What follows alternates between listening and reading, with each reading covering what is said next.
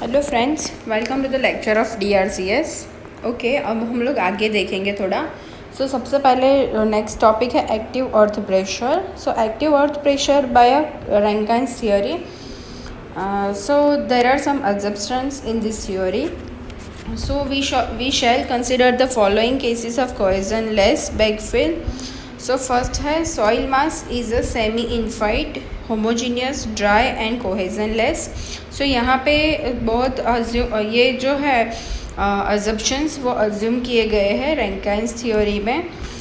सबसे पहले है सॉइल मास जो है वो सेमी इनफाइट है, होमोजीनियस है एंड ड्राई एंड कोहेजनलेस है। The ground surface is a plane which may be horizontal और इंक्लाइंड, मतलब कि जो ग्राउंड सरफेस होती है वो हॉरिजॉन्टल आइदर हो सकती है या फिर इंक्लाइंड हो सकती है। नेक्स्ट है the back of the wall is vertical and smooth, no shearing stress are developed between the wall and soil.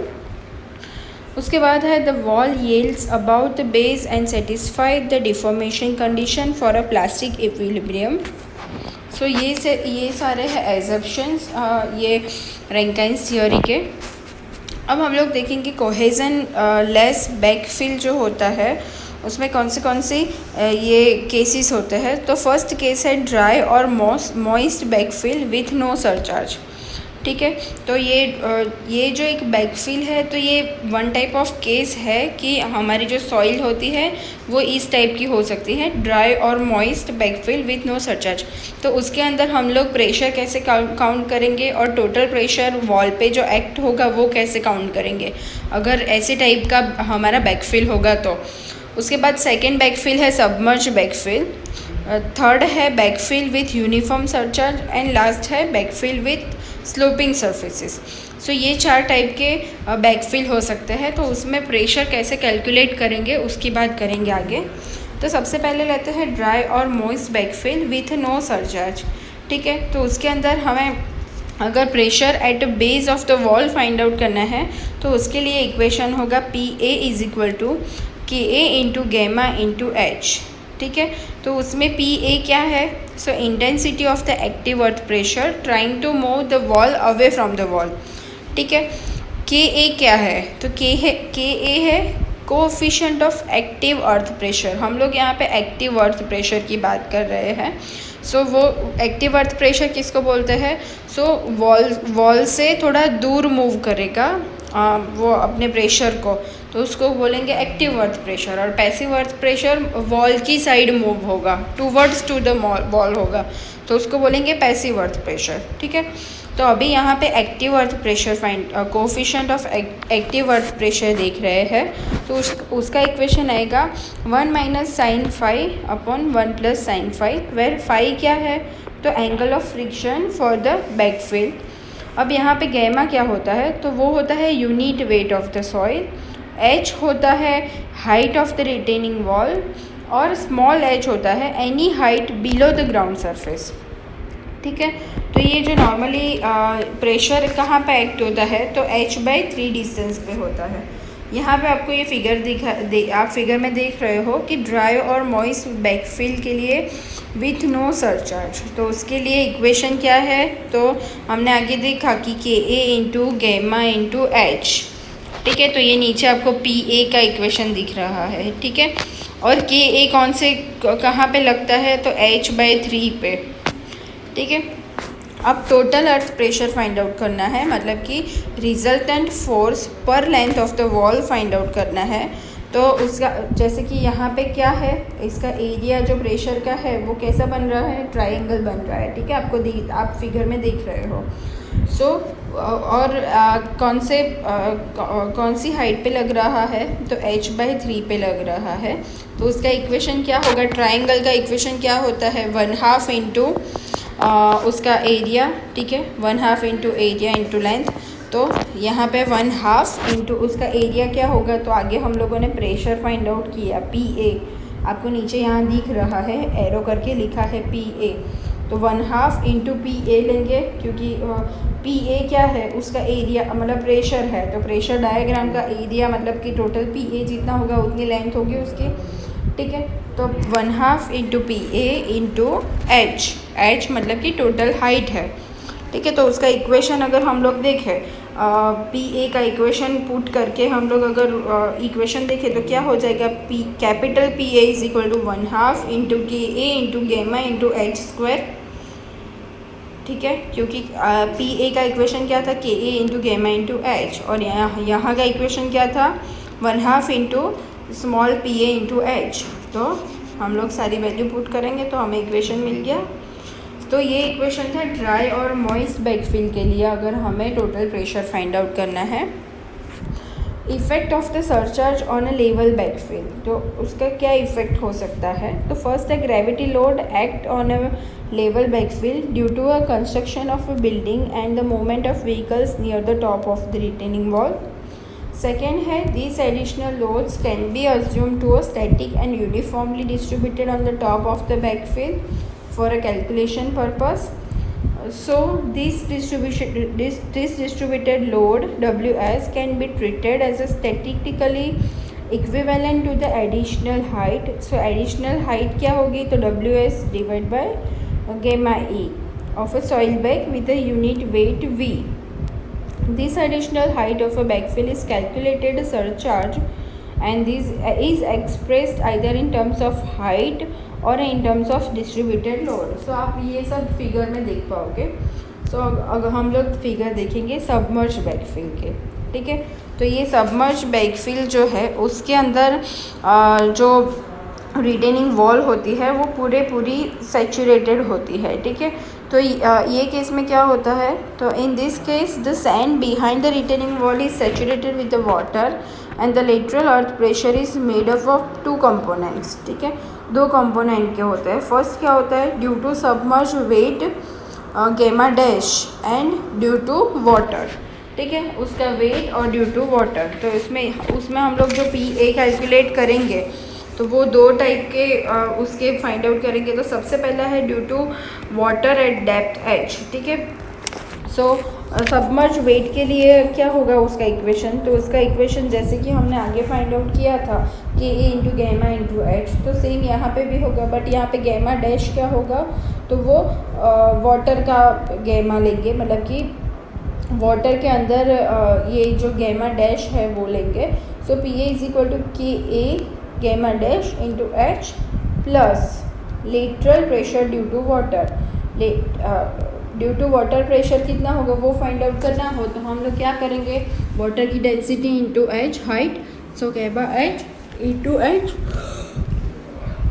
So equation total क्या हो गया, P0 is equal to K0 gamma dash H plus gamma W into H, ठीक है। अब हमें total net pressure find out करना हो तो इक्वेशन क्या हो जाएगा, P A is equal to K0 gamma dash into capital H.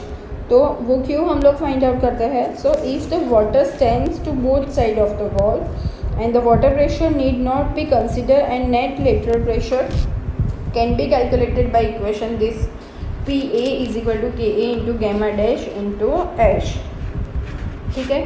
So if backfill is partially submerge, अगर बैकफिल पार्शियली सबमर्ज है, ठीक है, and backfill is moist to depth H1 below the ground level and then it is submerge, the lateral pressure intensity at the base of the wall is given by some another equation and that equation we will discuss, but you can see this figure partially submerged backfill। जैसे कि मैंने कहा कि H1 क्या है, तो moist soil है, और H2 क्या है, सैचुरेटेड सॉइल है। तो सबसे पहले हम लोग क्या करेंगे, सबसे पहला पोर्शन हम लोग फाइंड आउट करेंगे मॉइस्ट सॉइल के लिए। तो उसका अगर प्रेशर फाइंड आउट करना हो तो क्या होगा, तो आपको फिगर में ये ए बी फिगर में दिख रहा है, ऊपर का मॉइस्ट है उसके लिए इक्वेशन क्या है, तो कि A into gamma into H1, ठीक है। अब नीचे वाला जो पोर्शन है उसको हम लोग ये 2 पार्ट में डिवाइड कर देंगे, ठीक है। एक पार्ट क्या है, ट्रायंगल वाला वाटर वाला, और दूसरा है ये सबमर्ज वाला। तो सबमर्ज वाला है उसका इक्वेशन क्या हो गया कि A into gamma dash into H2 plus gamma W into H2, क्योंकि ये क्या है, सबमर्ज बैकफिल है कि आधा मॉइस्ट सॉइल है और आधा पानी के अंदर है। तो हम लोग उसका कैलकुलेशन ऐसे 3 पार्ट में डिवाइड करके करेंगे। अब उसके बाद हमारी नेक्स्ट आएगा, उसका इक्वेशन टोटल हो जाएगा पी ए इंटू, जैसे कि मैंने आगे बताया ये इक्वेशन पूरा यहाँ पे लिखा हुआ है, ठीक है।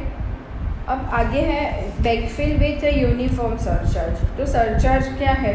सरचार्ज मतलब कि हमारी जो ये वॉल है उसके ऊपर भी लोड आ रहा है, मतलब कि if backfill is horizontal and carries a surcharge of uniform intensity Q और W, यहाँ पे आपको W बताया है, ठीक है। तो यूनिफॉर्म इंटेंसिटी का लोड उसके ऊपर आ रहा है, मतलब कि लेटरल लोड आ रहा है। तो अब सबसे पहले हमें ये कैलकुलेट, ये लोड का हम लोग जो फिगर ड्रॉ कर रहे हैं, ये A के ऊपर से B वाली फिगर, तो सबसे पहला लोड कौन सा आ रहा है? W का। सो W का लोड अगर हमें फाइंड आउट करना है, लेटरल प्रेशर, तो उसका इक्वेशन क्या होगा? उसका इक्वेशन होगा के ए इंटू डब्ल्यू, ठीक है। तो के ए क्या है? एक्टिव अर्थ प्रेशर, और डब्ल्यू उसके ऊपर जो प्रेशर आ रहा है वो।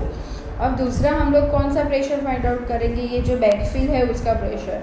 सो the lateral pressure due to backfill अगर फाइंड आउट करना है तो उसका इक्वेशन हो गया K A into gamma into H, जो आपको बी वाली फिगर में नीचे दिख रहा है, ठीक है। तो लेटरल अर्थ प्रेशर जब आता है तो हमारा जो डायग्राम होता है ये बैकफिल का, वो रेक्टेंगल आएगा, ठीक है। और ये जो lateral pressure due to backfill आ रहा है, बैकफिल की मतलब वजह से प्रेशर आता है, तो उसका जो डायग्राम होता है वो ट्राइंगल बनता है, ठीक है। तो उसका पूरा इक्वेशन क्या हो जाएगा? P A is equal to K A into at, ये सॉरी डब्ल्यू आपका हो गया K A into W plus K A into gamma into H. मतलब if the backfill is horizontal and carries a surcharge of uniform intensity W per unit area and the vertical pressure increment at any depth H will increase by W, ठीक है। So increase in a lateral pressure at any depth H is given by, जैसे कि मैंने आगे बताया आपको equation कि total P का इक्वेशन देखो ये फिगर में ही आपको दिख रहा है, ठीक है। सो क्या होगा? K A into gamma into H plus K A into W. So ये हो गया backfill with a uniform surcharge, ठीक है। अब हम लोग आगे देखेंगे बैकफिल, उसके अंदर हाँ, अगर कोई पर्टिकुलर हाइट हमें दी है, ठीक है, और वो हाइट तक ही ये यूनिफॉर्म डिस्चार्ज होता है, सो उसके लिए क्या करेंगे? सबसे पहले height of the field H E find out करना पड़ेगा, equivalent to uniform surcharge intensity. So uniform surcharge intensity का इक्वेशन हमें फाइंड आउट करना है, तो क्या करेंगे? So K A into gamma into Z E is equal to K A into W, ठीक है। H E is equal to K A into W. सो उसमें हम लोग एच ई को सब्जेक्ट बना देंगे, तो हमें क्या मिल गया लास्ट में? डब्ल्यू अपॉन वाई, क्या हुआ? This means that effect of the surcharge of intensity Q is the same as that of a field of the height ZD above the ground surface. अब हो गया बैकफिल विथ स्लोपिंग सरचार्ज, ठीक है। Sloping surcharge क्या होता है कि उसके ऊपर स्लोप में कोई लोड आ रहा है और वो लोड को बीटा कंसिडर किया है यहाँ पे। सो बीटा क्या है? Inclination of a sloping surface behind the wall with the horizontal, और ये उसको क्या बोलेंगे? सरचार्ज एंगल बोलेंगे। तो सबसे पहले सरचार्ज एंगल हमें फाइंड आउट करना पड़ेगा। तो सरचार्ज एंगल फाइंड आउट करना है तो उसका इक्वेशन क्या है? तो उसका इक्वेशन है cos beta into cos beta minus under root cos beta square minus cos square theta square upon cos beta plus under root cos square beta minus cos square theta. So ये क्या equation हो गया? ये है के ए का equation, मतलब कि एंगल ऑफ सरचार्ज जब होता है तो उसका के ए क्या होगा। सो ये इक्वेशन है के ए के लिए। आपको यहाँ पे डायरेक्ट दिया है पी ए का इक्वेशन। सो पी ए का इक्वेशन बेसिकली क्या था? के A into gamma into H, ठीक है। सो यहाँ पे के ए की जगह पे ये पूरा इक्वेशन दे दिया है जो मैंने अभी बोला। सो टोटल पी ए का इक्वेशन क्या हो गया? P A is equal to K A into gamma into H. तो जब भी बैकफिल विथ स्लोपिंग सरफेस आएगा तब हम लोग के ए की वैल्यू ये वाले इक्वेशन से फाइंड आउट करेंगे और पुट करेंगे इक्वेशन में। So the pressure act parallel to the sloping surface of the surcharge. For example, at B with the horizontal and total active earth pressure PA for the wall of the height H is given by P A is equal to 1/2 K A into gamma into X square. तो ये हमने आगे देखा था, ठीक है, कि हमें टोटल प्रेशर अगर फाइंड आउट करना होता है तो उसका इक्वेशन क्या हो जाता है, P A is equal to 1/2 into K A into gamma into X square, ठीक है। तो उसके अंदर यहाँ पे क्या करना है, हमें सिर्फ के की जो वैल्यू है वो कॉस थीटा वाली वैल्यू पुट करनी है।